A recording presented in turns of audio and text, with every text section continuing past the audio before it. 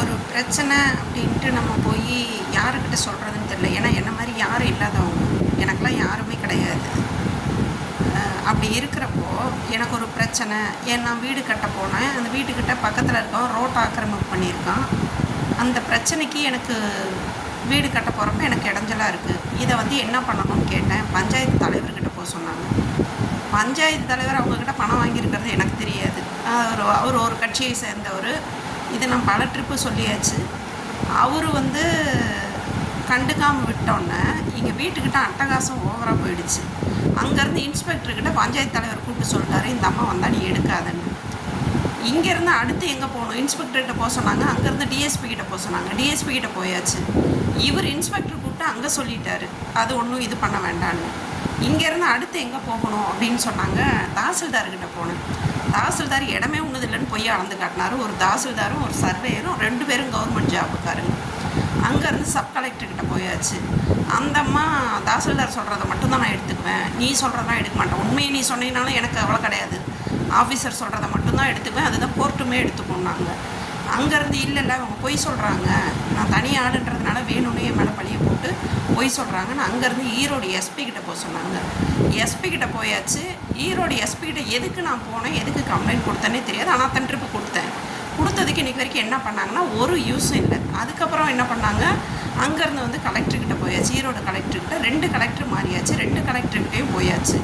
அதுவும் வேலைக்கு ஆகலை. கலெக்டர்கிட்ட கொடுத்த கம்ப்ளைண்ட்டு சிஎம் செல் வரைக்கும் போச்சு.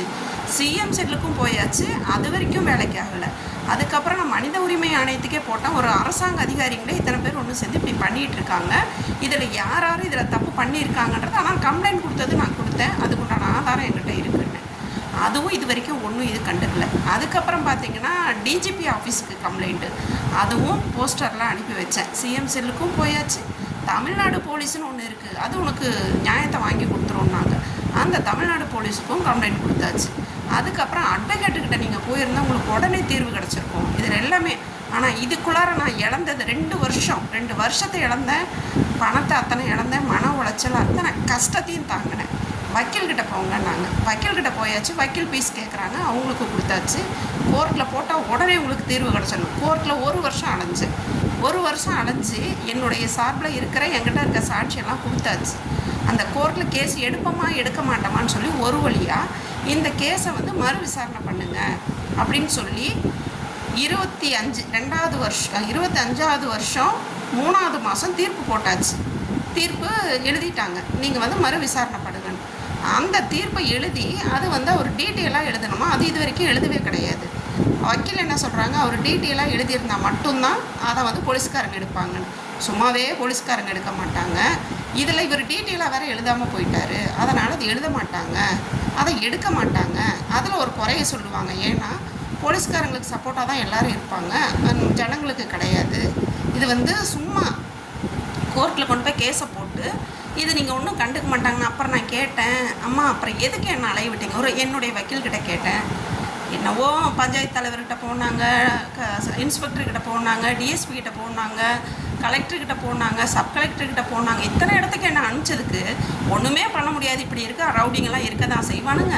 ஊரை ஏமாத்துறவன் ஏமாற்றிக்கிட்டு தான் இருப்பான், அந்த கவர்மெண்ட் சொத்தை ஏமாத்துறவன் ஏமாற்றிட்டு தான் இருப்பான். உங்களெல்லாம் தனியால் ஒன்றும் பண்ண முடியாது, நீங்கள் அமைதியாக இருங்கன்னா. நான் கிட்டத்தட்ட 2.5 வருஷமாக மன உளைச்சல் அலைஞ்சு இப்போ 3.5 வருஷம் ஆகிடுச்சு. ஆனால் அலைஞ்சு என்கிட்ட 8 லட்ச ரூபாய்க்கு மேலே லாஸ் ஆகி இப்போ வக்கீல் ஃபீஸ் வேறு இத்தனையும் பண்ணி ஒரு யூஸும் இல்லைன்னா எதுக்கு போலீஸ் ஸ்டேஷன், எதுக்கு பஞ்சாயத்து ஆஃபீஸு, எதுக்கு கலெக்டர் ஆஃபீஸு, எதுக்கு சப் கலெக்டர் ஆஃபீஸு, எதுக்கு தாசில்தார் ஆஃபீஸு, எதுக்கு எஸ்பி ஆஃபீஸு, எதுக்கு கலெக்டர் ஆஃபீஸு, எதுக்கு டிஜிபி ஆஃபீஸு, எதுக்கு சிஎம் செல்லு, எதுக்கு தமிழ்நாடு போலீஸு? லாஸ்ட்டாக ஒரே ஒருத்தர் மட்டும் எனக்காக குரல் கொடுத்துருக்காங்க. மனித உரிமை ஆணையம் கிடையாது, மகளிர் ஆணையம் கேள்வி கேட்டிருக்கு. அந்த அம்மா அத்தனை ட்ரிப்பு கம்ப்ளைண்ட் கொடுத்தாங்களே, என்ன பண்ணீங்கன்னு கேட்டிருக்கு. அதுக்கு போலீஸ் சைடில் இருந்து என்னை டெய்லி போலீஸ் ஸ்டேஷனுக்கு வரவழைச்சி நான் வேறு ட்ரெஸ்ஸில் போகிறத அந்த பொம்பளை ஒவ்வொரு டைமும் வர்றப்போ நாங்கள் அந்த கம்ப்ளைண்ட்டை விசாரிச்சுருக்கோம். அது சைக்கோ, டைம் பாஸ் ஆகலைன்னா போலீஸ் ஸ்டேஷனுக்கு வருது, அது சொல்கிறது அத்தனையும் பொய்ன்னு அவங்களுக்கு கொடுத்துருக்காங்க. ஆனால் அத்தனையும் அவங்க சொன்னது அத்தனையும் பொய். அத்தனையும் நான் ஓடி ஓடி ஓடி ஓடி தனி மனுஷி ஒருத்தி, யாரும் இல்லாத ஒருத்தி, யாரும் இல்லாதவங்களுக்கு இதுதான் சட்டமா? இத்தனை இடம் என்னத்துக்கு கண் துடைப்புக்கு வச்சுருக்கீங்களா? எதுக்கு இதெல்லாம் இருக்குது? அதெல்லாம் இல்லாமையே போயிருந்துருக்கலாமே. போலீஸ் ஸ்டேஷனுக்கு போங்க, அங்கே போங்க, இங்கே போங்கன்னு ஏன் சொல்கிறீங்க? கண் துடைப்பான ஒரு இடத்த ஏன் ஜனங்கக்கிட்ட காட்டி ஏமாற்றிட்டு இருக்கீங்க? எல்லா இடமும் ஏமாத்துகிற இடம் தான்னா நாங்களாம் வாழ்கிறதுக்கே தகுதி இல்லை. இது என்ன நாடு வந்துட்டு? இது என்ன ஜனங்க இருக்கிற ஏரியாவில் எங்களை மாதிரி ஆளுங்களாம் எப்படி வாழ்கிறது? என்ன பண்ண முடியும்? ஆனால் இன்றைக்கு வரைக்கும் நான் ஓடிக்கிட்டே இருக்கேன். எனக்கு எங்கேயாவது ஒரு இடத்துல நான் கேட்ட மாதிரி எனக்கு கிடச்சிருமா? நான் பட்ட கஷ்டத்துக்கெல்லாம் ஒரு தீர்வு கிடைக்குமா? அத்தனை அவமானத்தை தாங்கியிருக்கேன். அந்த அவமானத்துக்கு எனக்கு பதில் கிடைக்கணும். அதுக்காக இன்னமும் காத்துட்ருக்கேன். இதை பார்க்குற யாராவது சொல்லுங்கள், அடுத்து நான் எங்கே போகணும், எங்கே கம்ப்ளைண்ட் கொடுக்கணும்னு சொல்லுங்கள். அதையும் நான் பண்ணுறேன். நான் இத்தனை இடத்துக்கு ஓடணும்ல, அதையும் நான் பண்ணுறேன். இதுதான் நம்ம சட்டம். வெளியில் வர்றவங்க போலீஸ் ஸ்டேஷனையோ இல்லை கோர்ட்டையோ இல்லை அட்வொகேட்டையோ இல்லை வேறு எங்கே போகிறவங்களோ யோசித்து முடிவெடுங்க. என்ன மாதிரி ஒரு சூழ்நிலைக்கு யாருமே வந்துடாதீங்க.